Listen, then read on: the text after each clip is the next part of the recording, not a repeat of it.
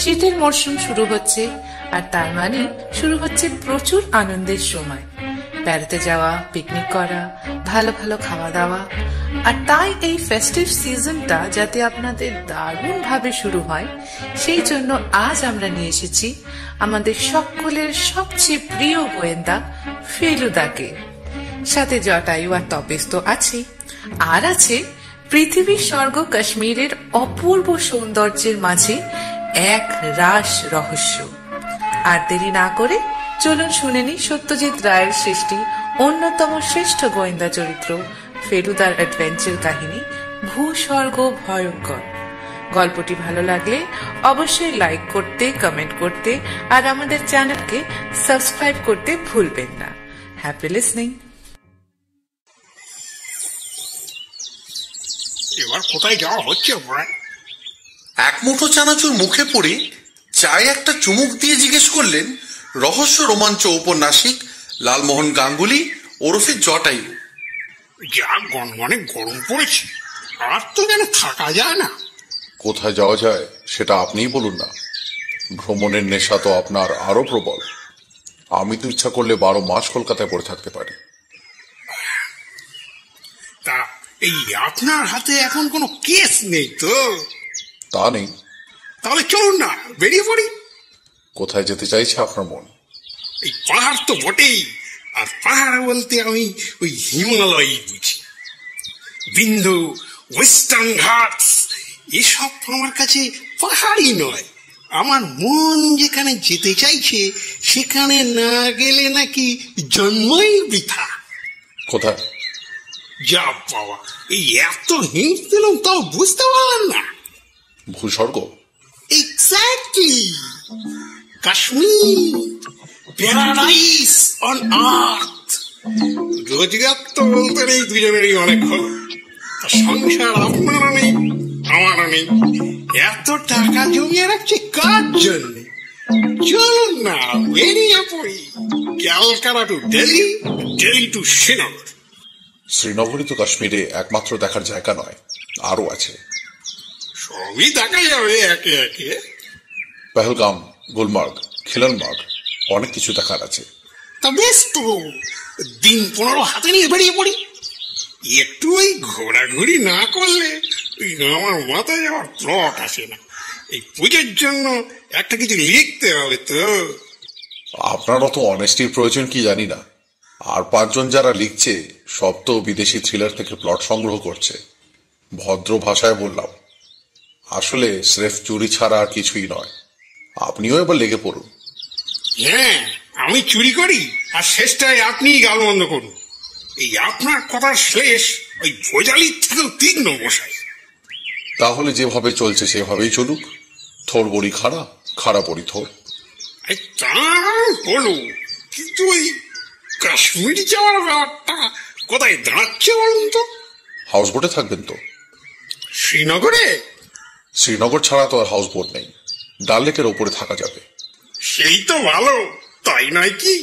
এই বেশ একটা এই নতুন অভিজ্ঞতা হবে। অনেক খরচা কিন্তু, তা চেয়ে বোধ হয় হোটেল সস্তা। ওসব খরচের কথাটা তো শুনতে চাই। ব্যাংকে অনেক জমে আছে, ইনকাম ট্যাক্স দিয়েও যাব। গিয়ে এই ম্যাক্সিমাম ফুর্তি যাতে হয় তাই কর। তাহলে শ্রীনগরে হাউস বোট, পেহেলগামে তাঁবু, আর গুলমার্গে লক ক্যাবিন। চমৎকার! টুরিস্ট অফিস থেকে লিটারেচার নিয়ে আসবো, তারপর দিনক্ষণ থেকে বেরিয়ে পড়া যাবে।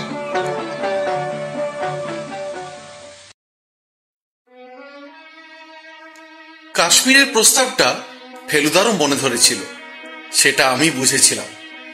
লালমোহনবাবু ঘন্টা 2-1 আড্ডা মেরে চলে যাওয়ার পর ফেলুদা টুরিস্ট অফিসে গিয়ে কাশ্মীর সম্বন্ধে পুস্তিকা ইত্যাদি নিয়ে চলে এলো। বলল, মনস্থির যখন করেই ফেলা হয়েছে তখন আর সময় নষ্ট হয়ে লাভ নেই। আজ সোমবার, শনিবার নাগাদ বেরিয়ে পড়া যাবে। ঠান্ডা হবে না ওখানে? তা হবে, এবং তার জন্য তৈরি থাকতে হবে। লালমোহনবাবু সেটা জানেন তো? নিশ্চয়ই জানেন, তবে সাবধানের মার নেই। কাজেই ওকে সেটা ফোনে জানিয়ে দেখা দরকার। এমনিতেই তো যা শীত কাতুরে। 2 দিনের মধ্যেই লন্ড্রি থেকে আমাদের শীতের কাপড় এসে গেল। ঠিক হলো প্রথমে শ্রীনগরেই দিন 7 থাকা হবে, তারপর অন্য জায়গাগুলো দেখা যাবে। হাউসবোট কাশ্মীর ট্যুরিজম থেকে ব্যবস্থা করা হলো। একটা হাউসবোটে একটা পুরো ফ্যামিলি থাকতে পারে, তাই 3 জনের পক্ষে যথেষ্ট। আমি না গিয়ে পড়া পর্যন্ত কল্পনাই করতে পারছিলাম না ব্যাপারটা কিরকম হয়। নৌকোয় থাকা, তাও আবার লাক্সারি নৌকো, বোধহয় জমিদারি আমলের বজরার মতো। পুস্তিকায় ছবি দেখে বুঝলাম যে হাউসবোটগুলো কটেজের মতন দেখতে। সেই সঙ্গে আবার ছোট ছোট নৌকোর ছবিও দেখা যাচ্ছে, যাতে করে ডাল লেকে লোকে ঘুরে বেড়ায়, কারণ হাউসবোটগুলো নড়ে চড়ে বেড়ায় না। ফেলুদাকে বললাম, যা বুঝছি শ্রীনগর শহরটায় দেখবার জিনিসের মধ্যে আছে কিছু বিখ্যাত মোগল বাগান, তবে পাহাড় ঘেরা উপত্যকা সবকিছুর মধ্যে দিয়ে ঝেলাম বয়ে চলেছে। তাছাড়া 2-3টে লেক, পপুলার, ইউক্যালিপটাস, চিনার গাছের সারি। মনে হয় জায়গাটা খুব সুন্দর। তবে গুলমার্গ পেহেলগামেও কিছু কম যায় না। পরে যদি 11,000 ফুট খিলনমার্গে ওঠা যায়, তাহলে সেখান থেকে নাঙ্গা পর্বতের নাকি এক অদ্ভুত ভিউ পাওয়া যায়। 15 দিনের জন্য খুব জমজমাট ট্যুর, কাজেই চিন্তা করার কিছুই নেই।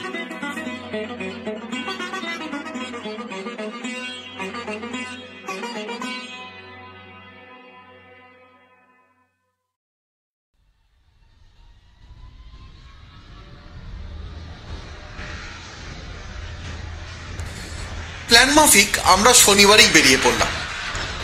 এবার প্লেনে 3 জনের এক লাইনে সিট পড়েনি বলে লালমোহনবাবুকে আলাদা বসতে হলো।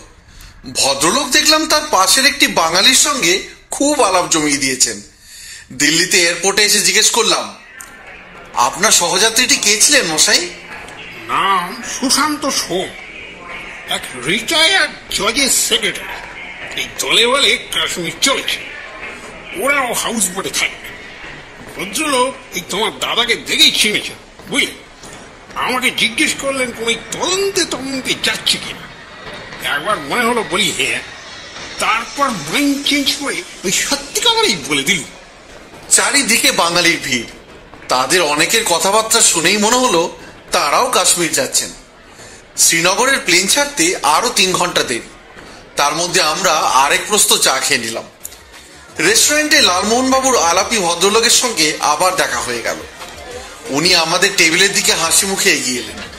আমার নাম সুশান্ত সোম। ভদ্রলোক ফেলুদাকে নমস্কার করে বললেন, আপনার বন্ধু মিস্টার গাঙ্গুলির সঙ্গে আলাপ হলো, তাই ভাবলাম সুযোগ যখন মিলেছে তখন আপনার সঙ্গে আলাপটাও সেরে নি। এই আমি আপনার একজন গুণমুগ্ধ ভক্ত। আপনার তদন্তের কথা অনেক পড়েছি। দাঁড়ান, আমার বসও হয়তো আপনাকে দেখলে খুশি হবেন। রেস্টুরেন্টের দরজা দিয়ে আরো দল ঢুকছে। সুশান্তবাবু তাদের দিকে এগিয়ে গেলেন। জনাচারেক ভদ্রলোক, তাদের মধ্যে একজন বেশ বয়স্ক, প্রায় বৃদ্ধ বললেই চলে। সুশান্তবাবু তাকে ফিসফিস করে কি যেন বলতে ভদ্রলোক আমাদের দিকে এগিয়ে এলেন। ফেলুদা উঠে দাঁড়ালো। আরে বসুন বসুন, উঠছেন কেন? আমার নাম সিদ্ধেশ্বর মল্লিক। আমি প্রায় সারা জীবনই ক্রাইমের সঙ্গে যুক্ত, কিন্তু এই প্রথম একজন প্রাইভেট ডিটেকটিভকে দেখলাম। ক্রাইমের সঙ্গে যুক্ত মানে? আসলে আমি হচ্ছি একজন রিটায়ার্ড জাজ। বহু অপরাধীকে মৃত্যুদণ্ডে দণ্ডিত করেছি। এখন সে কাজ থেকে অবসর নিয়ে বিশ্রাম করছি। শরীরও কিঞ্চিত ভেঙে পড়েছে, সঙ্গে ডাক্তারকে নিয়ে ঘুরতে হয়। ছেলেও আছে, বেয়ারাও আছে, আর আছে প্রাইভেট সেক্রেটারি, এই ইনি সুশান্ত। খুব কাজের ছেলে, একে ছাড়া চলে না আমার। আপনারা শ্রীনগরই থাকবেন? আপাতত, তবে ইচ্ছা আছে কাশ্মীরটা একটু ঘুরে দেখা। আমাদের ওই এক প্ল্যান। শ্রীনগরে নিশ্চয়ই আবার দেখা হবে। আপনার কি হাউসবোটে থাকবেন? হ্যাঁ, হাউসবোটটা তো একটা ইউনিক ব্যাপার। আমি তো 64-এ একবার এসে থেকে গেছি। এনার সঙ্গে তো আলাপ হলো না। এই আমিও ক্রাইম, আমি একজন রহস্য রোমাঞ্চ ঔপন্যাসিক। ওরে বাবা, তাহলে তো ক্রিমিনাল ছাড়া সবাই উপস্থিত আছে দেখছি। ঠিক আছে, দেখা হবে তবে শ্রীনগরে। আমরাও একটু চায়ের ব্যবস্থা দেখি গিয়ে চলি।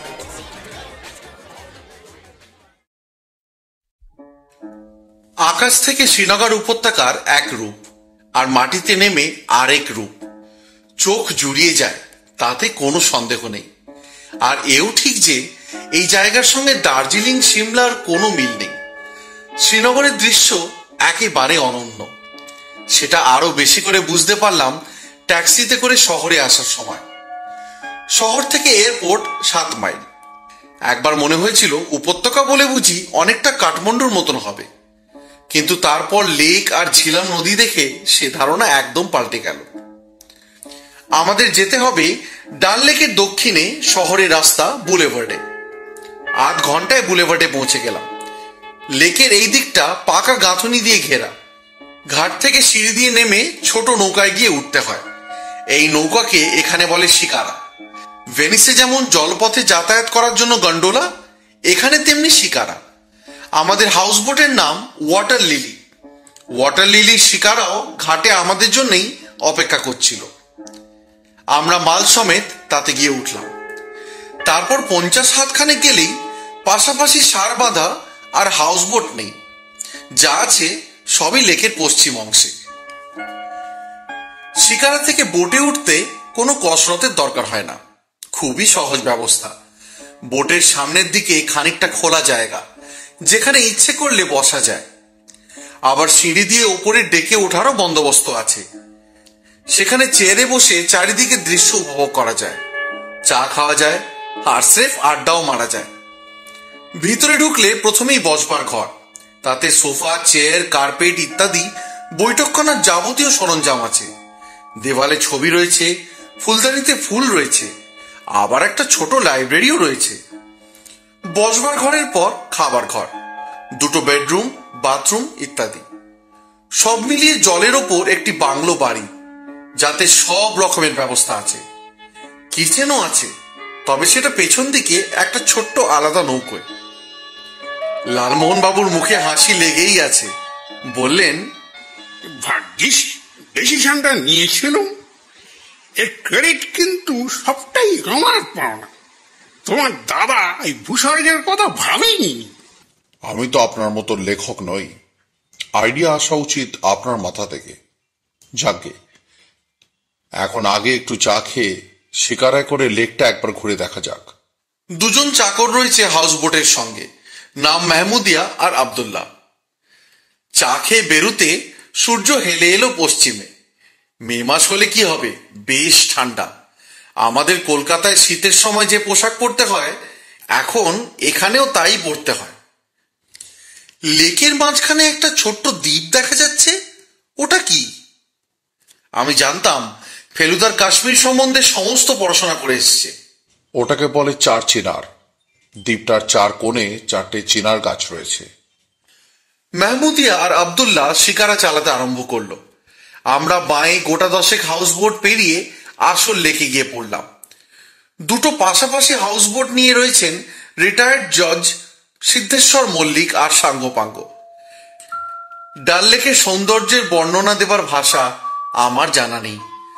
স্বচ্ছ কাঁচের মতো জল, হাওয়া নেই বলে ঢেউও নেই, তাই আয়নার মতন চারিদিকে পাহাড়গুলো প্রতিফলিত হচ্ছে। এখানে ওখানে পদ্ম, শালুক, শ্যাপলা ফুটে রয়েছে। শিকারা সেগুলো পাশ কাটিয়ে চলছে। লালমোহন বাবুকে আবার কবিতায় পেয়েছে। বললেন, কাশ্মীর সম্পর্কে আমাদের এথিনিয়াম স্কুলের মাস্টার ওই বৈকুণ্ঠ মল্লিক, তার লেখা একটা 8 লাইনের কবিতা আছে। এই ভদ্রলোক এই বহু জায়গায় ঘুরেছিলেন তো, আর সেই সব জায়গা নিয়ে পদ্য লিখে গেছে। এই কাশ্মীরেরটা শুনুন ফেলবো, কিরকম ডিসেন্ট। করি নত শীত তোমারই প্রণমী কাশ্মীর, কুমারিকার অপর প্রান্তে অবস্থান তব ভারতের উত্তর সীমান্তে। রাজধানী শ্রীনগর, ঝিলামের জলে ধোয়া অপূর্ব শহর, কত হ্রদ, কত বাগ, কত বাগিচা, অন্য নগরের সাথে তুলনা করিতে যাওয়া মিছা। বাহ, দিব্যি। যদিও বুঝলাম সেটা জটায়ুর মনে কষ্ট না দেবার জন্য। কবিতায় লালমোহনবাবু রুচিটা যে একটু গোলমেলে তার পরিচয় এর আগেও অনেকবার পেয়েছি। শুধু কবিতা নয়, ডাল লেকের দৃশ্যে ভদ্রলোককে গানেও পেয়েছে। গুনগুন করে কি যে গাইছেন জিজ্ঞেস করতে বললেন উর্দু গজল। এদিকে সন্ধ্যের আলো অনেক বেশিক্ষণ থাকে, অন্তত বছরের এই সময়টায়। আমরা 7:30 যখন ফিরছি তখনও পুরো অন্ধকার হয়নি। সুশান্ত সোম তাদের হাউসবোটের সামনের বারান্দায় দাঁড়িয়েছিলেন।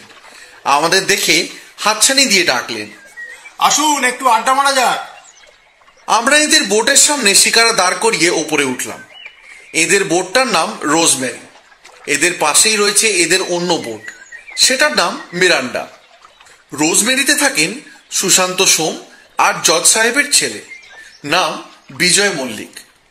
মিরান্ডাতে আছেন মিস্টার মল্লিক, তার ডাক্তার হরিনাথ মজুমদার আর বেয়ারা প্রয়াগ। চায়ের অর্ডার দিয়ে ওপরে ডেকে উঠে সুশান্ত সোম ফেলুদাকে বললেন, আপনার তাস চলে? 3 তাস? অভ্যেস নেই, তবে তাসের প্রায় সব খেলাই মোটামুটি জানা আছে। কিন্তু হঠাৎ এই প্রশ্ন কেন? নিচের বৈঠকখানায় তাসের আড্ডা জমেছে। এত লোক পেলেন কোথায়? প্লেনে 2 ভদ্রলোকের সঙ্গে আলাপ হয়েছে বিজয়। একজন বাঙালি, নাম সরকার, আরেকজন পাঞ্জাবি। 3 জনেই জুয়ারি। আমরা 4 জনে বসলাম।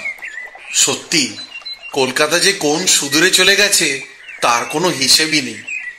হাউসবোটের টপ ডেকে বসে চা খাওয়ার আয়োজন, এ এক অভাবনীয় ব্যাপার।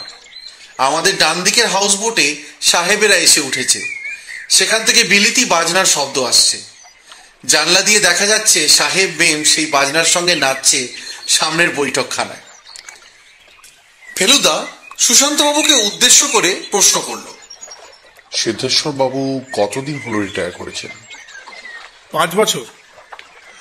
ওর তখন 60 বছর বয়স। কিন্তু জাজের তো রিটায়ার করার কোনো বাধ্যবাধকতা নেই। ওর শরীরটা একটু খারাপ হয়ে গিয়েছিল, অ্যানজাইনা। ভদ্রলোকের রিটায়ার করার ইচ্ছা ছিল না, কিন্তু ডাক্তারের কথায় বাধ্য হয়ে করতে হয়। উনি বহু অপরাধীর প্রাণদণ্ড দিয়েছেন। এক সময় বলেন, আমার শেষ জীবনে দুঃখ আছে। এত লোককে ফাঁসিতে পাঠালে তার একটা প্রতিক্রিয়া হবেই। উনি ডায়েরি লিখতেন। সে ডায়েরি সব এখন আমার হাতে, কারণ আমি ওর একটা জীবনী লিখছি। যদিও সেটা আত্মজীবনী হিসেবেই বেরোবে। সেই ডায়েরিতে উনি যেদিনই কারোর প্রাণদণ্ড দিয়েছেন সেদিনই লাল কালিতে একটা ক্রস দিয়ে রেখেছেন। মাঝে মাঝে ক্রসের সঙ্গে একটা প্রশ্নবোধক চিহ্নও রয়েছে। সেটাতে বুঝতে হবে প্রাণদণ্ড দিয়ে নিজেরই মনে একটা প্রশ্ন জেগেছে, এটা ঠিক হলো কিনা। এখন কি করছেন জানেন? ওর যে ডাক্তার মজুমদার, তিনি ভালো মিডিয়াম, তার সাহায্যে প্ল্যানচেট করছেন। আর ফাঁসির আসামির আত্মাদের ডেকে এনে জিজ্ঞেস করছেন তারা সত্যি খুন করেছিল কিনা। আত্মা যদি বলে হ্যাঁ, সে সত্যি খুন করেছিল, তাহলে উনি খানিকটা নিশ্চিন্ত বোধ করেন। এখনো পর্যন্ত জাজমেন্টে কোনো ভুল বেরোয়নি। আপনারা কি এখানে এসেও প্ল্যানচেট করবেন নাকি? সেই জন্যই তো ডাক্তারকে একই হাউসবোটে রেখেছেন। ওর অ্যানজাইনাটা এখন অনেকটা কন্ট্রোলে এসেছে। আসলে ডাক্তার সঙ্গে এসেছেন প্ল্যানচেটের জন্য। আজ রাত্রেও কি আপনাদের প্ল্যানচেট হবে? আজ হয়তো হবে না, কিন্তু 2-1 দিনের মধ্যেই শুরু হয়ে যাবে নিশ্চয়ই। কেন বলুন তো? আমি ইন্টারেস্টেড। অবশ্যই উনি আমার উপস্থিতি বরদাস্ত করবেন কিনা সেটা একটা প্রশ্ন। সেটা আমি বলে দেখতে পারি। উনি আপনার প্রতি বেশ প্রসন্ন, সেটা আমি এর মধ্যেই বুঝেছি। আর এমনিতে প্ল্যানচেটের ব্যাপারে উনি কোনো গোপনতা অবলম্বন করেন না। যা ফলাফল হয় সবই তো ওর আত্মজীবনীতে যাবে। আমি তো সম্পূর্ণ রেকর্ড রাখছি। তাহলে আপনি একটু জিজ্ঞেস করে জানাবেন। নিশ্চয়ই। আমরা চা খাওয়া শেষ করে আরো কিছুক্ষণ গল্প করে নিজেদের বোটে চলে এলাম। বৈঠকখানায় ঢুকে সোফায় ধপ করে বসে পড়ে লালমোহনবাবু বললেন, হাইলি ইন্টারেস্টিং ম্যান দিস জজ সাহেব। ইন্টারেস্টিং তো বটেই, তবে উনি একমাত্র নন যার এরকম প্রতিক্রিয়া হয়েছে। এরকম ঘটনা দেশে বিদেশে আগেও শোনা গেছে। ভালো কথা। আপনার সঙ্গে আমার পারমিশনটাও চেয়ে রাখবেন। এই প্ল্যানচেট দেখার সুযোগ তো ছাড়া যায় না বটে।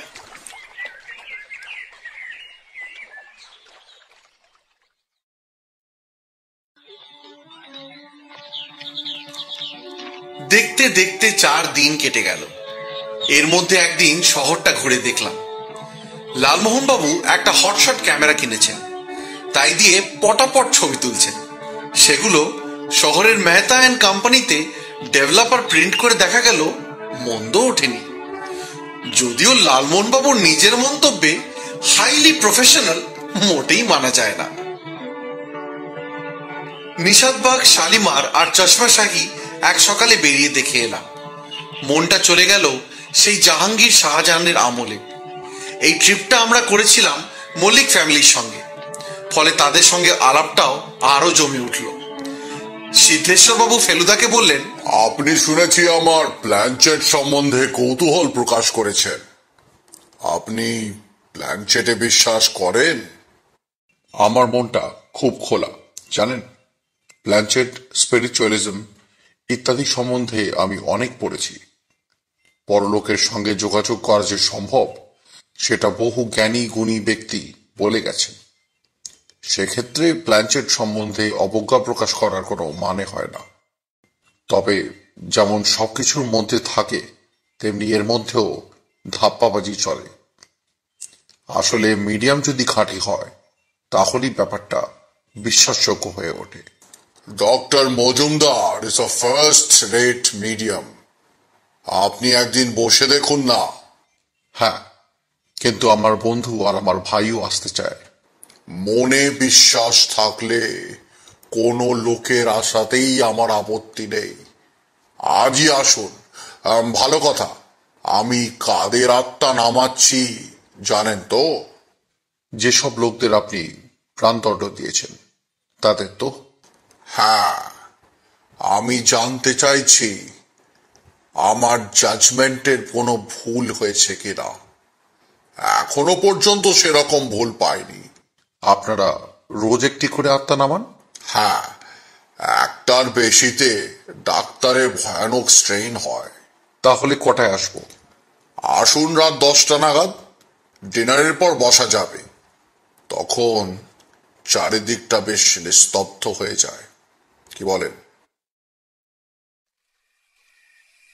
ডিনারের পর আমরা মিস্টার মল্লিকের হাউস বোটে গিয়ে হাজির হলাম। বসবার ঘরে প্ল্যানচেটের ব্যবস্থা হয়েছে। একটা টেবিলকে ঘিরে 5টা চেয়ার রাখা হয়েছে। বুঝলাম চেয়ারগুলো খাবার ঘর থেকে আনা হয়েছে। আমরা আর সময় নষ্ট না করে কাজে লেগে গেলাম। মিস্টার মল্লিক বললেন, আজ আমরা রামস্বরূপ রাউত বলে একটি বিহারি ছেলের আত্মাকে নামাবো। এই ছেলেটির আজ থেকে 10 বছর আগে ফাঁসি হয় এবং আমি সে ফাঁসির জন্য দায়ী ছিলাম। আমার বিশ্বাস এর ফাঁসির দণ্ড হওয়া উচিত ছিল না, কিন্তু জুরির ভার্ডিক্ট ছিল গিল্টি, আর খুনটাও ছিল একটু নৃশংস ধরনের। তাই আমি সাময়িক ভ্রান্তিবশত জেনে শুনেও প্রাণদণ্ডের আদেশ দিই, যদিও আমার মনে এই আদেশের যথার্থতা সম্পর্কে যথেষ্ট সন্দেহ ছিল। কেসটা এমন চতুরভাবে সাজানো হয়েছিল যাতে ছেলেটিকে অপরাধী বলেই মনে হয়। মজুমদার, তুমি তৈরি তো? জানলার সব পর্দা টেনে দিয়ে ঘরটাকে একেবারে অন্ধকার করে দেওয়া হয়েছিল। আমরা সকলে যে যার জায়গায় বসেছি। আমার ডান দিকে ফেলুদা, বাঁ দিকে লালমোহন বাবু। ফেলুদার ডান পাশে মিস্টার মল্লিক আর তার পাশে লালমোহন বাবুর বাঁ দিকে ডক্টর মজুমদার। ছেলেটির বয়স ছিল 19। শার্প চেহারা, নাকের নিচে সরু গোঁফ, গায়ের রং পরিষ্কার। বিহারের ছেলে, নাম রামস্বরূপ রাউত। ছুরি দিয়ে খুনের মামলা। ঘটনাস্থল কলকাতার বাগবাজারের একটা গলি। ছেলেটিকে দেখে কিন্তু খুনি মনে হয়নি। আপনারা নিজেদের কল্পনা অনুযায়ী একটা চেহারা স্থির করে নিয়ে তাতে মনঃসংযোগ করার চেষ্টা করুন। প্রশ্ন আমিই করব, উত্তর মজুমদারের মুখ দিয়ে আসামির কণ্ঠস্বরে বেরোবে। 15 মিনিট এইভাবে অন্ধকারে বসে থাকার পরেই বুঝলাম টেবিলটা আস্তে আস্তে নড়তে আরম্ভ করেছে। তারপর আরো জোরে দোলানি শুরু হলো। আমি রুদ্ধশ্বাসে অপেক্ষা করতে থাকলাম। মিনিট খানেক পরেই মল্লিক মশাই প্রশ্ন করলেন, তুমি কে? আমার নাম রামস্বরূপ রাউত। ডাক্তারের গলা দিয়ে আওয়াজ বেরোলো, কিন্তু কণ্ঠস্বর সম্পূর্ণ আলাদা। শুনে বেশ গা শিউরে ওঠে। মিস্টার মল্লিক আবার প্রশ্ন করলেন, তোমার ফাঁসি হয়েছিল 1977 সালে। আমি তোমার মৃত্যুদণ্ডের জন্য দায়ী, তা তুমি জানো তো? জানি। খুনটা কি তুমিই করেছিলে? না। তবে কে করেছিল? ছেদিলাল। সে ভয়ানক দৈত্য ছিল। তার অপরাধ, সে অত্যন্ত চতুরভাবে আমার ঘাড়ে ফেলে।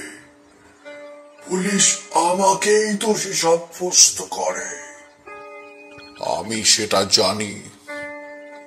আমি তোমাকে দেখেই বুঝেছিলাম যে তোমার দ্বারা এই খুন সম্ভব নয়, কিন্তু শেষ পর্যন্ত আমি তোমাকেই মৃত্যুদণ্ডে দণ্ডিত করি। সে নিয়ে এখন আর ভেবে কি হবে? আমি চাই তুমি আমাকে ক্ষমা করো। সেটা আমি খুব সহজেই করতে পারি, তবে আমার আত্মীয় বন্ধুদের মধ্যে যারা জীবিত আছে তারা ক্ষমা করবেন কিনা জানি না। তাদের কথা আমি ভাবছি না। তোমার ক্ষমাটাই আমার প্রয়োজন। মৃত্যুর পর আর কারুর ওপর কোনো আক্রোশ থাকে না। তোমাকে অনেক ধন্যবাদ। মিস্টার মল্লিক উঠে গিয়ে ঘরের বাতিটা জ্বালিয়ে দিলেন। ডক্টর মজুমদারের জ্ঞান আসতে আরো মিনিট 2-1 লাগলো। এক বিচিত্র অভিজ্ঞতা হলো বটে। মনটা অনেকটা হালকা লাগছে। এই একটি মৃত্যুদণ্ডে আমি যে ভুল করেছিলাম সে বিষয়ে আমার কোনো সন্দেহ ছিল না, এবং এখন তো বুঝতেই পারছি যে আমার ধারণাটাই ঠিক ছিল। এই প্ল্যানচেট করে কি আপনি নিজের মনটাকে হালকা করতে চান?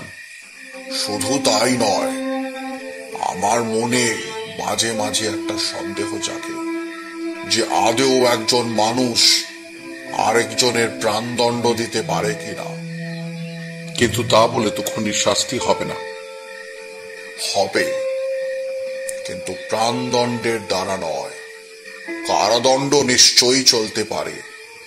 তাছাড়া অপরাধীদের সংস্কারের জন্য রাস্তা বার করতে হবে। ঘড়িতে প্রায় 11টা বাজে, তাই আমরা উঠে পড়লাম। আমরা গুলমার্গ যাচ্ছি পরশু। আপনারা আসুন না আমাদের সঙ্গে, কি বলেন? সে তো খুব ভালোই হয়। ওখানে কি থাকবেন? 1 রাত। গুলমার্গ থেকে খেলানমার্গ যাব 3 মাইল পথ। হেঁটেও যাওয়া যায়, ঘোড়াতেও যাওয়া যায়।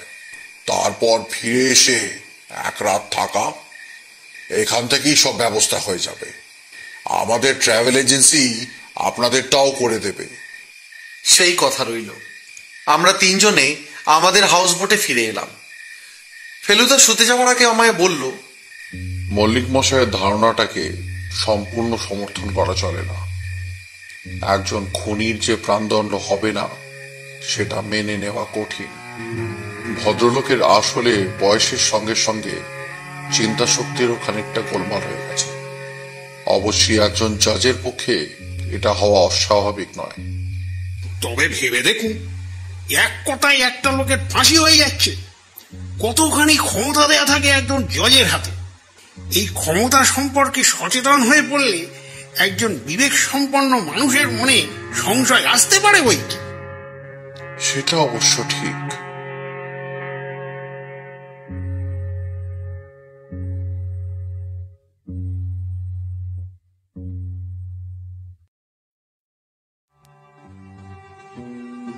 শ্রীনগরের সঙ্গে গুলমার্গের কোনো মিলই নেই।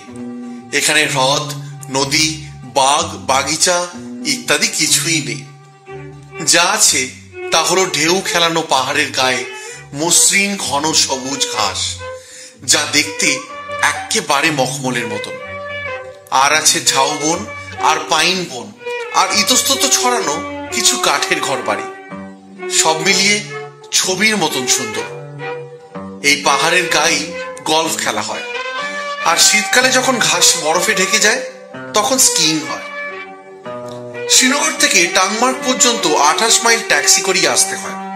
তারপর শেষের চড়াই 4 মাইল যেতে হয় ঘোড়াতে।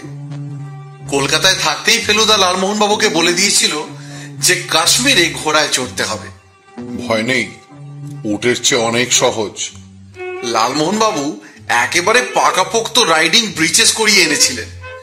গুলমার্গে ঘোড়ার পিঠ থেকে নেমে বললেন, ঘোড়া চড়ার মতন সহজ ব্যাপার আর নাকি নেই। আমাদের সঙ্গে মল্লিক মশাইরাও এসছেন। আমরা আজকের রাতটা গুলমার্গে থেকে কাল এখান থেকে 3 মাইল দূরে আর 2000 ফুট ওপরে খিলানমার্গ দেখে বিকেলেই শ্রীনগর ফিরে যাব। থাকার জন্য আমরা পাশাপাশি দুটো ক্যাবিন নিয়েছি। আমাদেরটা ছোট, ওদেরটা বড়। বিকেলে ক্যাবিনের বারান্দায় বসে চা খাচ্ছি, এমন সময় 3 জন ভদ্রলোক এসে হাজির। সুশান্ত বাবু, সিদ্ধেশ্বর মল্লিকের ছেলে বিজয় বাবু ও আর একজন, যাকে আমরা ঠিক চিনি না। সুপুরুষ চেহারা, টকটকে রং, বয়স 30-32। সত্যি বলতে কি 3 জনেই মোটামুটি একই বয়সী। সুশান্ত বাবু নতুন ভদ্রলোকের সঙ্গে আলাপ করিয়ে দিয়ে বললেন, এর নাম অরুণ সরকার, ইনি কলকাতায় ব্যবসা করেন। আমাদের সঙ্গে এখানে এসে আলাপ। জুয়ারিদের একজন বললে বোধহয় আপনার চিনতে আরো সুবিধা হবে। সকলেই হেসে উঠল। আমরা এসেছি কেন বোধহয় বুঝতেই পারছেন। প্রাইভেট ইনভেস্টিগেটরের সঙ্গে আলাপ করতে এরা দুজনেই খুব ব্যগ্র। তাছাড়া শুনছিলাম আপনার বন্ধু মিস্টার গাঙ্গুলিও একজন নামী লেখক। ওর সব বইই নাকি বেস্ট সেলার। লালমোহন বাবু মাথা হেঁট করে হেঁ করে একটু বিনয়ের ভাব দেখালেন। বিজয় মল্লিক আর অরুণ সরকারের খাতিরে ফেলুদাকে তার গোটা 2-3টে বিখ্যাত কেসের বর্ণনা দিতে হলো। শেষ হয়ে যাবার পর সরকার ফেলুদাকে জিজ্ঞেস করলেন, আপনার কি কাশ্মীর এই প্রথম? হ্যাঁ, এই প্রথম। আমি কিন্তু আপনাকে প্রথমে দেখে কাশ্মীরি ভেবেছিলাম। আপনি বোধহয় এখানে আরো একবার এসছেন। তা এসেছি। ইনফ্যাক্ট আমার ছেলেবেলার কয়েকটা বছর শ্রীনগরেই কেটেছে। বাবা এখানের এক হোটেলে ম্যানেজারি করতেন। তারপর বছর 20 আগে আমরা কলকাতা চলে যাই। এখানকার ভাষা আপনার জানা নেই? তা অল্প অবস্থার আছে বই কি। এবার ফেলুদা বিজয় মল্লিকের দিকে ফিরল। আপনার বাবার প্ল্যানচেট সম্পর্কে আপনার কোনো কৌতূহল নেই? বিজয়বাবু বেশ জোরের সঙ্গে মাথা নেড়ে না বললেন। না, বাবার ভীমরতি ধরেছে। একজন খুনি মৃত্যুদণ্ডের হাত থেকে রেহাই পেয়ে যাবে, এর চেয়ে অন্যায় আর কিছু হতে পারে না। আপনি সে কথা কি বাবাকে বলেননি? বাবার সঙ্গে আমার সেরকম সম্পর্ক নয়। উনি আমার বিষয়ে কিছু জিজ্ঞেস করেন না, আমিও ওর ব্যাপারে কিছু বলি না। আর সি, তবে বাবা যা করছেন তা করে যদি শান্তি পান তাহলে আমার কিছু বলার নেই। আপনার মা নেই? না, বছর 4 হলো মারা গেছেন। আর ভাই বোন? এক দাদা ছিল, আমেরিকা ইঞ্জিনিয়ারিং করত। সে গত বছর মারা যায়। তার মেম সাহেব বউ আর এদেশে আসেননি। এক বোন আছে, তার স্বামী ভোপালে কাজ করে। আমার বিশ্বাস আপনার কাশ্মীরের দৃশ্য সম্পর্কে খুব একটা কৌতূহল নেই। কি করে বুঝলেন? কারণ যে পরিমাণ সময় ঘরে বসে তাস খেলে কাটান। আপনি ঠিকই বলেছেন, আমার মনে কাব্য নেই। আমি কাঠখোট্টা মানুষ। আমার 2-1 বন্ধু আর 2 প্যাকেট তাস হলেই হলো। আমি কিন্তু তাসও খেলি, আমার দৃশ্যও দেখি। সেটা বোধহয় ছেলেবেলায় কাশ্মীরে থাকার জন্য হয়েছে। যাই হোক, আমাদের কিন্তু তাসের সময় হয়ে যাচ্ছে। আজ সুশান্তকে দলে টেনেছি। আপনারা কেউ? আমরা ভাবছিলাম একটু ঘুরতে বেরোবো। আপনারা এখন কিছুক্ষণ খেলবেন তো? 11টা পর্যন্ত বটেই। তাহলে ফিরে এসে একবার ঢু মারব। বেশ, কাল আবার দেখা হবে। 3 ভদ্রলোক গুড বাই করে চলে গেলেন। লালমোহনবাবু বললেন, এই এখন না বেরিয়ে আফটার ডিনার ওয়াকে বেরোলে ভালো হতো না? তথাস্তু।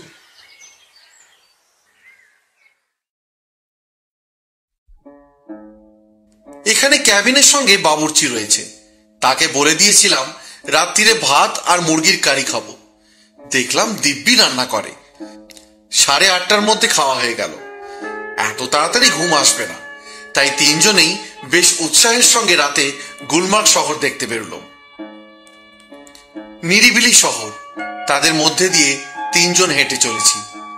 পথে যে লোক একেবারে নেই তা নয়, ভারতীয়দের মধ্যে বিদেশি টুরিস্টও মাঝে মাঝে চোখে পড়ে। সত্যি বলতে কি, হিসেব নিলে বোধহয় বিদেশি টুরিস্টের সংখ্যাই বেশি হবে। লালমোহনবাবু এখনো গুনগুন করে গজল গাইছেন। খালি শীতের জন্য গলায় মাঝে মাঝে অযথা গিটকিরি চলে আসছে। শীত লাগছে? তা লাগছে, তবে মনে হয় খুব স্বাস্থ্যকর ঠান্ডা। তা হতে পারে, কিন্তু আমার মনে হয় এসব জায়গায় বেশি রাত না করাই ভালো। চতপসে ফেরা যাক। আমরা উল্টো মুখে ঘুরলাম। শহর আর আমাদের ক্যাবিনের মধ্যে একটা ব্যবধান আছে, সেখানে বসতি নেই বললেই চলে। আমরা সেই জায়গাটা দিয়ে হাঁটছি, এমন সময় হঠাৎ একটা ব্যাপার ঘটল। কি যেন একটা জিনিস সনসন শব্দে আমাদের মাথার পাশ দিয়ে গিয়ে রাস্তার ধারে একটা গাছের গায়ে লেগে মাটিতে পড়ে গেল। আমাদের মাথা বলছি, কিন্তু আসলে সেটা ঠিক ফেলুদার কান ঘেঁষে বেরিয়ে গেল। ফেলুদার কাছে টর্চ ছিল, সেটা জ্বালিয়ে গাছের তলায় ফেলতেই দেখা গেল বেশ বড় একটা পাথর। সেটা ফেলুদার মাথায় লাগলে নির্ঘাত একটা কেলেঙ্কারি কাণ্ড হতো। প্রশ্নটা হচ্ছে, কে এই লোকটা যে এভাবে আক্রমণটা করলো? আর এর কারণই বা কি? আমরা তো সবেই এখানে এসেছি, এখনো গোলমেলে ব্যাপার তো কিছুই ঘটেনি। তদন্তের কোনো প্রশ্নই উঠছে না। তাহলে এই হুমকির মানে কি? ক্যাবিনে ফিরে এসে ফেলুদা গম্ভীরভাবে বলল, ব্যাপারটা মোটেই ভালো লাগছে না। আমাকে পছন্দ করছে না কেউ, এবং গোয়েন্দাকে হাঁটানোর চেষ্টা একটাই কারণ হতে পারে, কোনো কুকীর্তি হতে চলেছে। অথচ সেটা যে কি, সেটা আন্দাজ করার এখন কোনো উপায় নেই। এই আপনার সেই .32 কোল্ট রিভলভারটা আশা করি এনেছেন? ওটা বাক্সেই রাখা থাকে, কিন্তু রিভলভার ব্যবহার করার সময় এখনই এলো কই? কোনো ক্রাইম তো ঘটেনি এখনো। যাই হোক, এই রাত্রিরে এই দরজা জানালা সব ভালো করে বন্ধ করে শুতে হবে। এখানে রিস্ক নেওয়া চলবে না।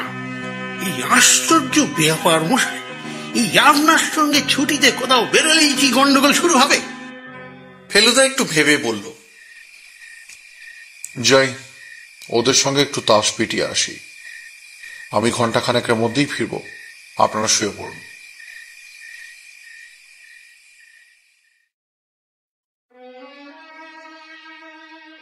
আগেই বলেছি যে খিলনমার্গ যেতে হলে 3 মাইল পাহাড়ি রাস্তা দিয়ে 2000 ফুট উপরে উঠতে হয়।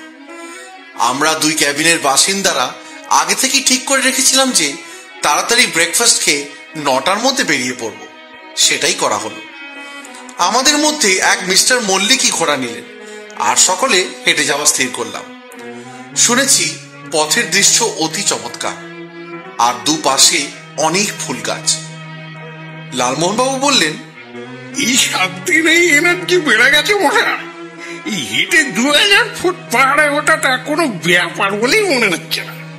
সত্যি পথের দৃশ্য অপূর্ব। আমরা 3 জন মোটামুটি একসঙ্গেই হাঁটছি, বাকি ওদের দল ভাগ হয়ে ছড়িয়ে পড়েছে। আমরা দলে আছি সব শুদ্ধ 9 জন। আমরা 3 জন, মিস্টার মল্লিক, বিজয় মল্লিক, ডক্টর মজুমদার, সুশান্ত বাবু, মিস্টার সরকার আর বিয়ারা প্রয়াগ। প্রায় 2 ঘন্টা লাগলো 2000 ফুট উঠতে। আর উঠেই এক আশ্চর্য দৃশ্য আমাদের হকচকিয়ে দিল। আমরা একটা পাহাড়ের পিঠে এসে উপস্থিত হয়েছি। মাটিতে বরফ, সামনে বরফের পাহাড়, আর উল্টো দিকে ছড়িয়ে আছে গাছপালা, নদী, হ্রদ সমেত দিগন্ত বিস্তৃত উপত্যকা। আর তারও পিছনে আকাশের গায়ে যেন খোদাই করা রয়েছে নাঙ্গা পর্বত। এই বোধ হয় ক্লাইম্যাক্স। কাশ্মীরের চেয়ে সুন্দর আর কিছু আছে কি? লালমোহনবাবু ক্যামেরা নিয়ে ব্যস্ত হয়ে পড়েছেন, বারবার বলছেন, এই আসুন না, এই একটা গ্রুপ তুলি ওই ওই ওই বরফের উপর দাঁড়িয়ে। হঠাৎ বাকি দল থেকে একটা শোরগোল শোনা গেল। সেটা একটা প্রশ্নের আকার নিয়ে আমাদের কানে এলো। মন্টু কই? মন্টু, কোথায় গেলি রে? প্রশ্নটা করছেন মিস্টার মল্লিক অত্যন্ত ব্যস্ত কণ্ঠে। বুঝতে অসুবিধা হলো না যে মন্টু হলো বিজয় মল্লিকের ডাক নাম, কারণ দলের মধ্যে একমাত্র তিনিই অনুপস্থিত। কোথায় গেলেন ভদ্রলোক? এতই পিছিয়ে পড়েছেন নাকি? না, তা তো হতে পারে না। এরা একটু ছাড়া ছাড়া ভাবে হাঁটছিলেন ঠিকই, কিন্তু বিজয়বাবু কি একেবারে দলছুট হয়ে গেছিলেন? এবার সুশান্ত সোমের গলা শোনা গেল। আপনি এখানেই থাকুন মিস্টার মল্লিক, আমরা নিচে খোঁজ করে আসছি। যেমন কথা তেমন কাজ। আর এই অনুসন্ধানের পার্টিতে আমরাও যোগ দিলাম। যে পথ দিয়ে উপরে উঠেছি এবার সেই পথ দিয়েই নেমে যাওয়া। আমার বুকের ভেতরটা টিপ টিপ করছে। লোকটা গেল কোথায়? সুশান্তবাবু গলা তুলে চিৎকার দিলেন, বিজয়বাবু, বিজয়বাবু! কোনো উত্তর নেই। মিনিট 15 নামার পরেই হঠাৎ লালমোহন বাবু এক জায়গায় এসে থমকে দাঁড়িয়ে গেলেন। তার দৃষ্টি একটা ঝোপের দিকে। ফেলুদা আর এক মুহূর্ত দ্বিধা না করে দৌড়ে গেল ঝোপটার দিকে, কারণ পাতার ফাঁক দিয়ে একটা জুতো দেখা যাচ্ছে, পাহাড়ে ওঠার বুট। মিস্টার সোম। মিস্টার সোম দৌড়ে পৌঁছে গেল ফেলুদার পাশে, তার পেছনে বাকি 4 জন। ঝোপের পিছনে মাটিতে মুখ থুবড়ে পড়ে আছেন বিজয় মল্লিক। ফেলুদা নাড়ি টিপেই বলল, হি ইজ অল রাইট। মনে হয় মাথায় চোট লেগে অজ্ঞান হয়ে গেছে। কাছেই একটা ঝর্ণা ছিল, তা থেকে আঁচলা করে জল এনে মুখে ঝাপটা দিতে ভদ্রলোক চোখ খুলে এদিক ওদিক মাথা নাড়লেন। তারপর আস্ফুট স্বরে প্রশ্ন করলেন, কোথায়? আপনার এই অবস্থা হলো কি করে? কেউ ধাক্কা। আপনি যেখানে পড়েছেন মনে হয় আপনাকে অনেক ওপর থেকে গড়িয়ে পড়তে হয়েছে। হ্যাঁ, তাই। একটা ফুল দেখছিলাম ঝুঁকে পড়ে। অজ্ঞানটা হয়েছেন এই গাছের গুঁড়িতে মাথা ঠোকাকে। তাই হবে। আপনি দেখুন তো উঠতে পারেন কিনা। ফেলুদা ভদ্রলোকের দুহাত ধরে নিজের কাঁধের ওপর রেখে উঠে দাঁড়ালো। একটু টলমলে অবস্থার পর ভদ্রলোক দেখলাম নিজেকে সামনে নিলেন। ফেলুদা এবার মাথাটা দেখে বলল, একটা জায়গায় চোট লেগেছে, রক্ত বেরোয়নি, তবে জায়গাটা ফুলে গেছে। 2-3 দিন একটু ভোগাবে আপনাকে। এখন আপনি ফিরে চলুন। একটা ঘোড়ার ব্যবস্থা করতে পারলে সবচেয়ে ভালো হয়, তা না হলে আস্তে আস্তে হেঁটে চলুন। পরে এক সময় আপনার সঙ্গে একটু কথা বলার ইচ্ছে রইল। বিজয়বাবু এতক্ষণে মোটামুটি চাঙ্গা হয়ে গেছেন। কেবল 2-1 বার মাথার একটা বিশেষ জায়গায় আলতো করে হাত বোলালেন। আমি মনে মনে ভাবছি, ভদ্রলোকের এই দশা করলো কি এবং কেন? গুলমার্গে ফিরতে ফিরতে বিকেল হয়ে গেল। আমরা যে যার ক্যাবিনে চলে গেলাম।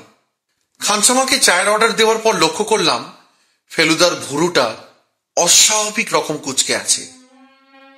চায়ের পর দেখি বিজয়বাবু নিজেই এসে হাজির, সঙ্গে সুশান্তবাবু আর মিস্টার সরকার। বাধ্য হয়ে আপনার কাছে আসতে হলো। আমি এত হতভম্ব আর কোনোদিন হইনি।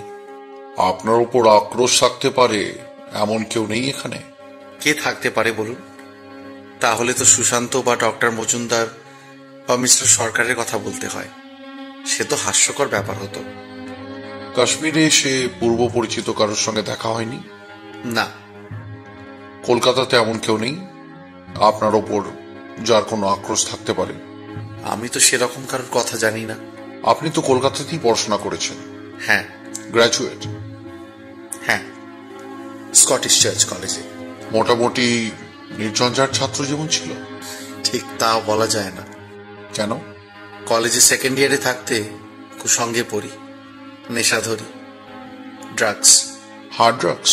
হ্যাঁ, কোকেন, মফেন। তারপর? বাবা টের পেয়ে যান। বাবা তো তখনও জাজ। হ্যাঁ। তারপর? তিনি আমার এই অভ্যেস ছাড়ানোর প্রাণান্ত চেষ্টা করেন, কিন্তু পারেন না। তারপর আশা ছেড়ে দেন। এই অবস্থাতেও আপনি গ্র্যাজুয়েট হতে পেরেছিলেন? আমি খুবই ভালো ছাত্র ছিলাম। আপনি কি বাড়িতেই থাকতেন? কিছুদিন ছিলাম, তারপরে আর পারিনি। বাড়ি ছেড়ে বেরিয়ে পড়ি। কানপুরে এক আশ্চর্য লোকের সংস্পর্শে আসি। সাধুই বলতে পারেন, নাম আনন্দ স্বামী। তখনও আমি নেশায় মত্ত, কিন্তু ভদ্রলোকের সংস্পর্শে এসে আমার নেশা চলে যায়। এক মিরাকল ছাড়া আর কিছুই বলা যায় না। আমি আবার আগের অবস্থায় ফিরে যাই। তারপর বাড়ি ফেরেন? হ্যাঁ। বাবা আমার সমস্ত দোষ ক্ষমা করে দেন। তখন আপনার বয়স কত? 27-28 বছর বয়স হবে। তারপর আপনি চাকরি করেন? বাবাই একটা ফার্মে ঢুকিয়ে দেন। আমি এখনো সেই ফার্মেই আছি। আপনার জুয়ার প্রতি একটা আসক্তি আছে, তাই না? তা আছে। সেটা কোনো সমস্যার সৃষ্টি করছে না তো? না। আপনাকে যদি জিজ্ঞেস করা যায় আপনার কোনো শত্রু আছে কিনা, আপনি কি বলবেন? যতদূর জানি আমাকে খুন করতে চাইবে এমন কোনো শত্রু আমার নেই। ছোটখাটো শত্রু বোধহয় সকলেরই থাকে, তার পেছনে ঈর্ষা থাকতে পারে। এটা তো অস্বাভাবিক নয়, সেটা নিশ্চয়ই আপনিও স্বীকার করবেন। 100 বার। এবার আরো দু একজনের সম্বন্ধে আপনাকে আরো দু একটা প্রশ্ন করে নি। ডক্টর মজুমদারকে আপনি কতদিন ধরে চেনেন? উনি আমাদের ফ্যামিলি ফিজিশিয়ান। আজ প্রায় 15 বছর হলো। বেশ। আবার সুশান্ত বাবুকে একটা প্রশ্ন। বলুন। আপনি কতদিন হলো মিস্টার মল্লিকের সেক্রেটারি কাজ করছেন? ওর রিটায়ার হওয়ার সময় থেকে, তার মানে 5 বছর। বেয়ারা প্রয়াগ কতদিন আছে? ও আন্দাজ 5 বছর। মিস্টার মল্লিকের পুরনো বেয়ারা মকবুল হঠাৎ মারা যায়, তারপর উনি প্রয়াগকে রাখেন। বেশ, আজ এই পর্যন্তই থাক। তারপরে দরকার হলে আবার প্রশ্ন করতে পারি তো? নিশ্চয়ই।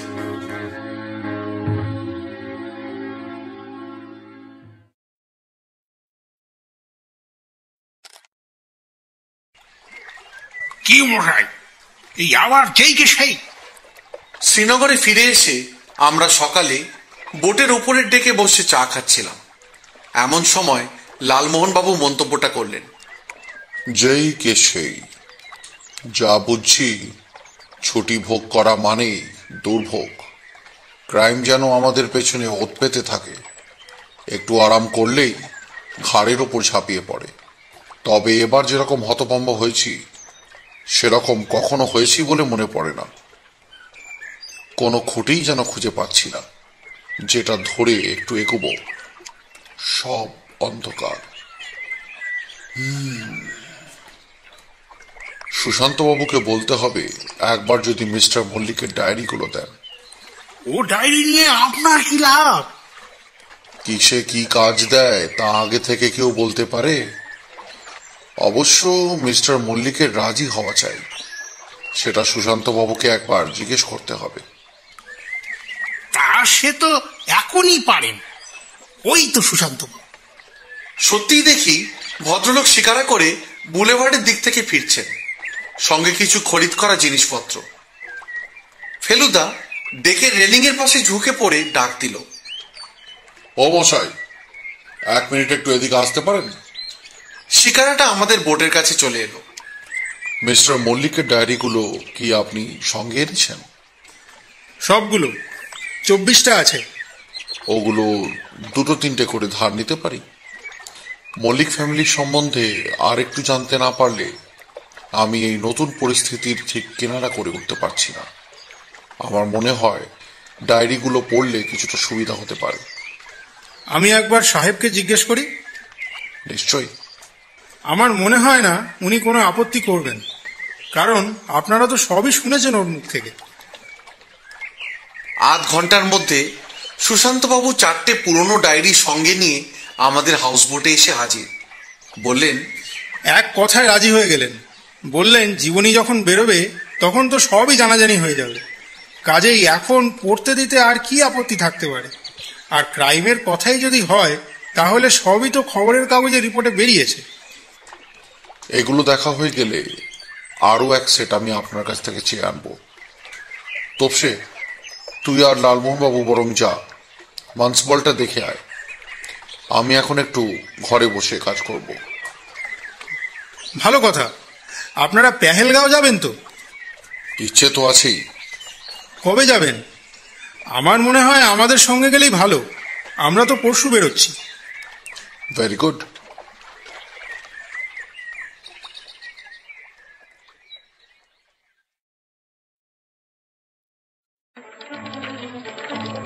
মানসবল লেকের মতো স্বচ্ছ জল আমি আর কোনো লেকে দেখিনি।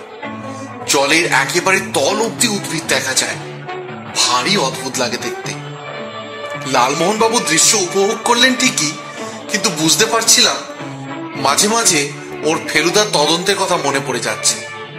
একবার বললেন, তোমার দাদা ওই ডায়েরিগুলো পড়ছেন কেন সেটাই তো বুঝতে পারছি না। এই যাদের একবার ফাঁসি হয়ে গেছে তারা তো আর খুন খারাপি করতে পারবে না। সেটা ফেলুদাকেই বুঝতে দিন না।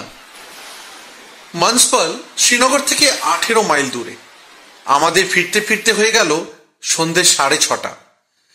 ফেলুদা দেখলাম বৈঠকখানায় সোফায় বসে তখনও ডায়েরি নিয়ে পড়ছে। কোনো কাজ হলো কি? কাজ কিসে হয় সেটা অনেক সময় আগে থেকে বোঝা যায় না। আপাতত আমার কাজ হচ্ছে তথ্য সংগ্রহ করা। নতুন তথ্য কিছু বেরিয়েছে, শুধু ডায়েরি থেকে নয়। যেমন বিজয়বাবু বলছেন যে যেদিন উনি ঘাড়ে ধাক্কা খেয়েছিলেন তখন একটা ঠান্ডা ধাতব স্পর্শ অনুভব করেছিলেন। আমার মতে সেটা আংটি ছাড়া আর কিছুই হতে পারে না। তবে তাতেও যে খুব সুবিধা হচ্ছে তা নয়, কারণ আংটি এখানে 3 জন পড়েন, সুশান্তবাবু, মিস্টার সরকার আর প্রয়াগ। আর যদি এ দলের বাইরে কেউ থাকে তাহলে তো চমৎকার। তাহলে আমাদের কোনো তদন্তই কাজে দেবে না। কিন্তু সেরকম দল কি বেশি ছিল? তা ছিল না ঠিকই। এই আমার তো একটিও মনে পড়ছে না। একটি ছিল, পাঞ্জাবি দল। তবে তাদের 5 জনের মধ্যে 3 জনই ছিল ঘোড়ার পিঠে। এই আশা করি আর কোনো গোলমাল হবে না। আপনার মুখে ফুল চন্দন পড়ুক। ভূস্বর্গে এসে সব ঝামেলা ভালো লাগে না, বিশেষ করে যখন বুদ্ধি খাটাবার কোনো স্কোপ পাওয়া যাচ্ছে না।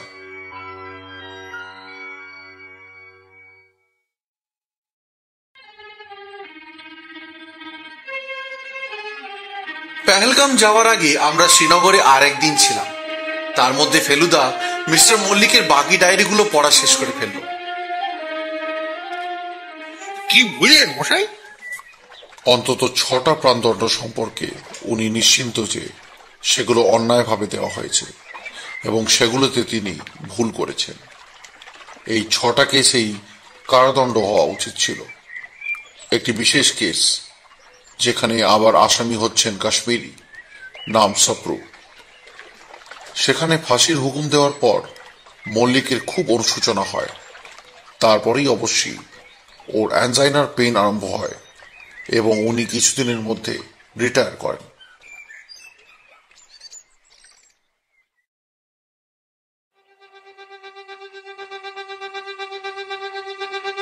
পেহেলগাম শ্রীনগর থেকে প্রায় 60 মাইল। লিডার উপত্যকায় ছোট্ট শহর।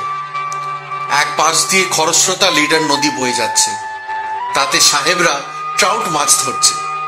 শহরের উত্তর পূর্ব দিকে বরফের পাহাড় দেখা যায়। আগে এখানে হোটেল টোটেল কিছুই ছিল না, এখন অনেক হয়েছে, তবে এখনো ইচ্ছে করলে তাঁবু ভাড়া করে নদীর ধারে থাকা যায়। আমরা সেভাবেই থাকবো বলে ঠিক করলাম। 4টে ট্যাক্সি করে আমরা সবাই বেরিয়ে পড়লাম।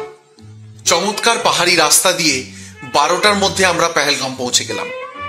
শহরটা এক পেশে, নদীর পশ্চিম দিকে শুধু পাহাড়, বাড়ি ঘরদোর কিচ্ছু নেই। আর পূব দিকে পাহাড়ের গায়ে ছড়িয়ে আছে হোটেল, রেস্টুরেন্ট, দোকান পাট নিয়ে ছবির মতন শহর। আমাদের তাঁবুর জন্য আগের থেকেই বলা ছিল। গিয়ে দেখি যে তাঁবু খাটাবার তোড়জোড় শুরু হয়ে গেছে। এই তাঁবু স্পেশাল ধরনের মজবুত তাঁবু। এতে dining room, bedroom, attached bathroom সবই আছে। আমাদের একটা তাঁবু আর মল্লিকদের 2টো। সামনে 20 হাতের মধ্যে দিয়ে তোড়ে বয়ে চলেছে লিডার নদী। তার একটানা শব্দ কখনো থামে না। লালমোহনবাবু হলিউডের ছবির কথায় চলে গেলেন। বললেন, এই একমাত্র ওয়েস্টার্ন ছবিতেই এইরকম আউটডোর লাইট দেখি।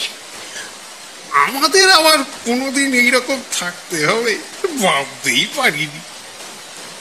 দুপুরে তাঁবুতে লাঞ্চ খেয়ে এখানে সঙ্গে কিচেনও রয়েছে। সবে সবে বেরিয়েছি, এমন সময় দেখি সুশান্ত সোম আমাদের তাঁবুর দিকে এগিয়ে আসছে। লাঞ্চ শেষ? হ্যাঁ, এখান থেকে 8 মাইল দূরে চন্দনবাড়ি বলে একটা জায়গা আছে, জানেন তো? যেখানে একটা বরফের ব্রিজ আছে, যেটা সারা বছর থাকে। হ্যাঁ, সেটা দেখতে যাওয়ার মতলব করছেন নাকি? গেলে তো সবাই একসঙ্গে গেলেই ভালো হয়, তাই নয় কি? তবে আজই সবে এলাম। আজ ভাবছিলাম পেহেলগামটাই ঘুরে দেখব। চন্দনবাড়ি কাল গেলে হয় না? আমারও সেই আইডিয়া, শুধু আপনাদেরকে ইনভাইট করতে এলাম। অবশ্যই একসঙ্গে যাব। আমাকে ছাড়া বোধহয় আপনাদের আর চলবে না। এর মধ্যেই যা একটা কেলেঙ্কারি কাণ্ড ঘটে গেল, এটাকে তো অ্যাটেম্পটেড মার্ডার ছাড়া আর কিছুই বলা যায় না। বিজয়বাবুর ভাগ্য খুব ভালো যে উনি বেঁচে গেলেন। কিছুক্ষণ থেকেই দেখছিলাম ফেলুদা প্রয়াগকে একদৃষ্টে লক্ষ্য করছে। কেন সেটা ঠিক বুঝতে পারলাম না। ইতিমধ্যে অন্য তাঁবুটা থেকে বিজয়বাবু আর মিস্টার সরকারও বেরিয়ে এসেছে। সরকার এদের সঙ্গ ছাড়েননি। মনে হয় পুরো ট্যুরটা এদের সঙ্গেই ঘুরবেন। আমরা কাল চন্দনবাড়ি যাচ্ছি। সকলে প্রস্তাবে সায় দিল। তোরা দুজনে ডেক চেয়ার নিয়ে নদীর ধারে বসে প্রকৃতির সৌন্দর্য উপভোগ কর। আমি একটু পাহাড়ি পথে ঘুরে আসছি। মাথাটা একটু পরিষ্কার করা দরকার। কতক্ষণের জন্য যাবে? এই ঘন্টাখানে। সঙ্গে তোমার বিশ্বস্ত অস্ত্রটি আছে তো? তা আছে।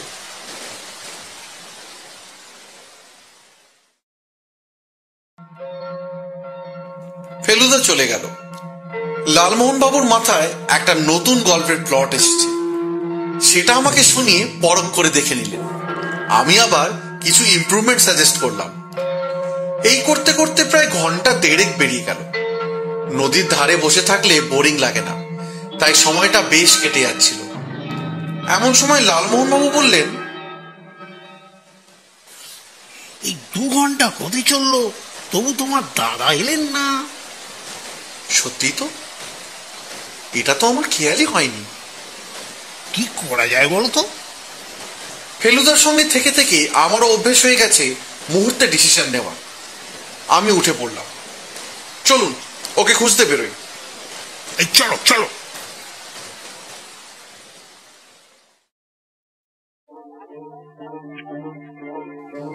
ফেলুদা কোন রাস্তাটা ধরেছে সেটা আমরা জানতাম।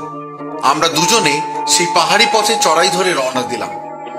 পাইন বনের মধ্যে দিয়ে পথ, পরিবেশ চমৎকার, কিন্তু আমাদের সেসব উপভোগ করার মনের অবস্থা নেই। ফেলুদা বলেছিল 1 ঘন্টায় ফিরবে। এই বিষয়ে ওর কথা নড়চড় হয় না। কিছু একটা গন্ডগোল নিশ্চয়ই হয়েছে। 8 ঘন্টা হাঁটার পরেই যা খুঁজছিলাম তা পেয়ে গেলাম। একটা ঝোপের ধারে মাটিতে হাত পা ছড়িয়ে পড়ে আছে ফেলুদা। আমার গলা মুহূর্তে শুকিয়ে গেল। লালমোহন বাবু পালস ধরেই বললেন, এই বেঁচে আছেন, কোনো চিন্তা নেই। ফেলুদাও নড়ে চড়ে উঠল। তারপরেই উঠে বসে মাথার পেছনে হাতটা দিয়ে মুখটা বিকৃত করে বলল, এবার মিস করেনি রে, একেবারে মক্ষম ভাবে লক্ষ্যভেদ। উঠতে পারবে? নিশ্চয়ই, ব্যথা তো মাথায়। ফেলুদা উঠে পড়ে আমাদের দুজনের কাঁধে ভর দিয়ে কয়েক পা হেঁটে বলল, ঠিক হ্যাঁ, হাঁটতে পারবো। কিন্তু কাউকে কি দেখতে পেলেন? তাহলে তো তদন্ত ফুরিয়ে যেত লালমোহন বাবু। সে লোক অত কাঁচা নয়, কটা 3 চাক, আর একটু মাথাটা না খাটালে চলছে না।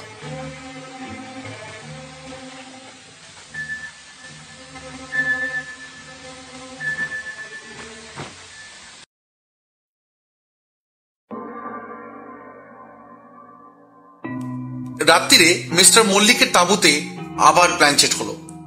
বলা হয়নি এর মধ্যে শ্রীনগরে আরো একদিন প্ল্যানচেট হয়েছিল, যাতে আমরাও উপস্থিত ছিলাম।